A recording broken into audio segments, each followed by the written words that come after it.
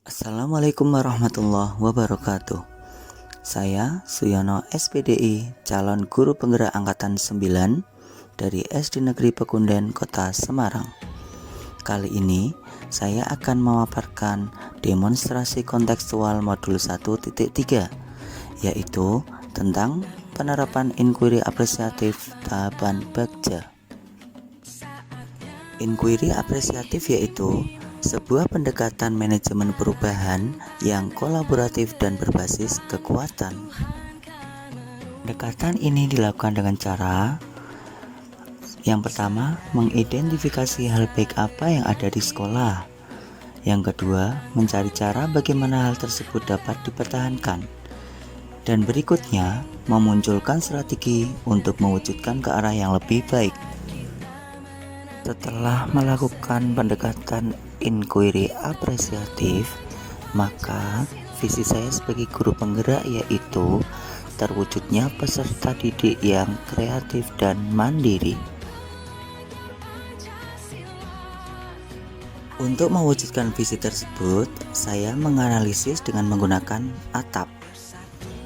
Yang pertama, aset, yaitu sarana prasarana yang ada di sekolah. Saya memanfaatkan pojok literasi kelas yang kurang optimal dalam pemanfaatannya.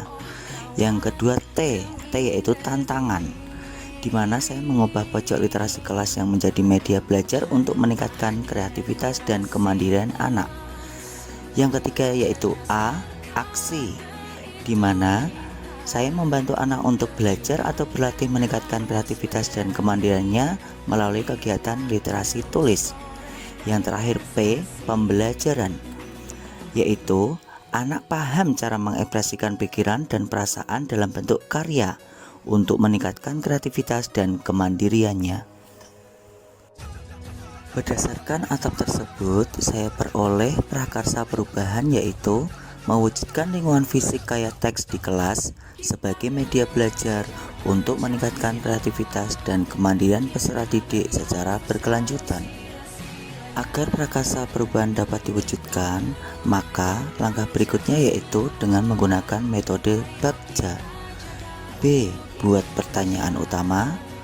A. Ambil pelajaran. G. Gali mimpi. C. Jabarkan rencana. Dan terakhir A. Atur eksekusi. Yang pertama yaitu B. Buat pertanyaan. Pertanyaan yang saya buat yaitu, mengapa kita perlu mewujudkan lingkungan fisik kaya teks di kelas sebagai media belajar untuk meningkatkan kreativitas dan kemandirian peserta didik secara berkelanjutan? Berikutnya, bagaimana mewujudkan lingkungan fisik kaya teks di kelas sebagai media belajar untuk meningkatkan kreativitas dan kemandirian peserta didik secara berkelanjutan? Kemudian daftar tindakan yang dapat saya lakukan yaitu berdiskusi dengan kepala sekolah dan guru kelas terkait pentingnya mewujudkan lingkungan fisik kaya teks di kelas sebagai media belajar untuk meningkatkan kreativitas dan kemandirian peserta didik secara berkelanjutan, yaitu dengan melibatkan peserta didik dalam pelaksanaannya. Yang kedua, A. Ambil pelajaran.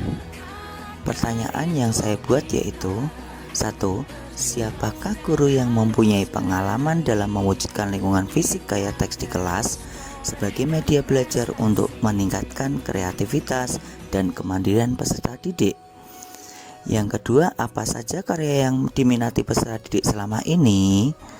Dan yang ketiga, keterampilan apa yang sudah saya miliki untuk mewujudkan hal tersebut?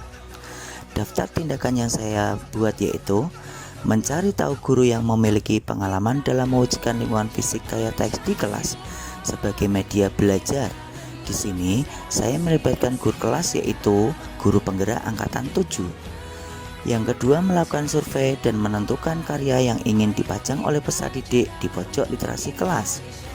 Yang berikutnya, menuntun peserta didik dalam proses mewujudkan lingkungan fisik kaya teks di kelas. Yang ketiga, G. Gali mimpi. Pertanyaan yang dapat saya buat yaitu, apa harapan dan keinginan peserta didik untuk mewujudkan lingkungan fisik kaya teks di kelas sebagai media belajar di kelas? Pertanyaan yang kedua, apa yang penting saya lakukan agar lingkungan fisika estetik di kelas dapat menarik. Daftar tindakan yang saya buat: menanyakan pendapat setiap peserta didik tentang harapan dan keinginan mereka tentang lingkungan fisika estetik di kelas sebagai media belajar.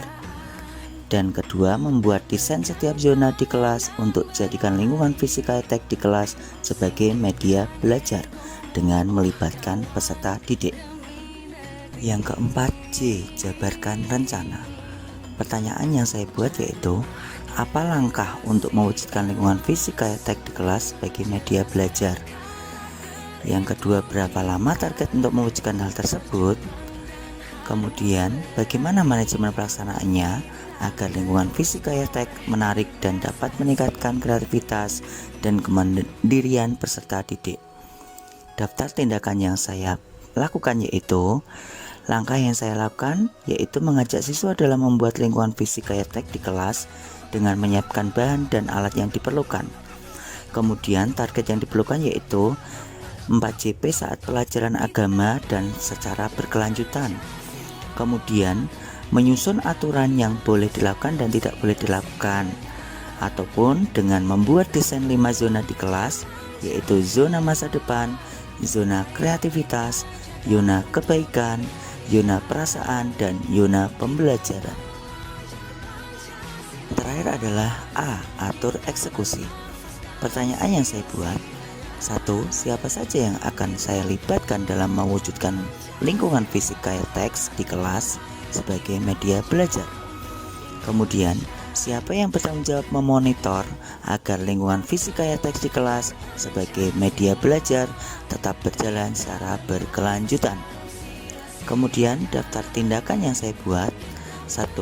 Menyusun siapa saja tim kerja dan deskripsi tugas setiap anggota. Di sini saya melibatkan guru kelas dan peserta didik dalam pelaksanaannya. Kemudian, selain kepala sekolah, yang bertanggung jawab memonitor adalah seluruh warga kelas.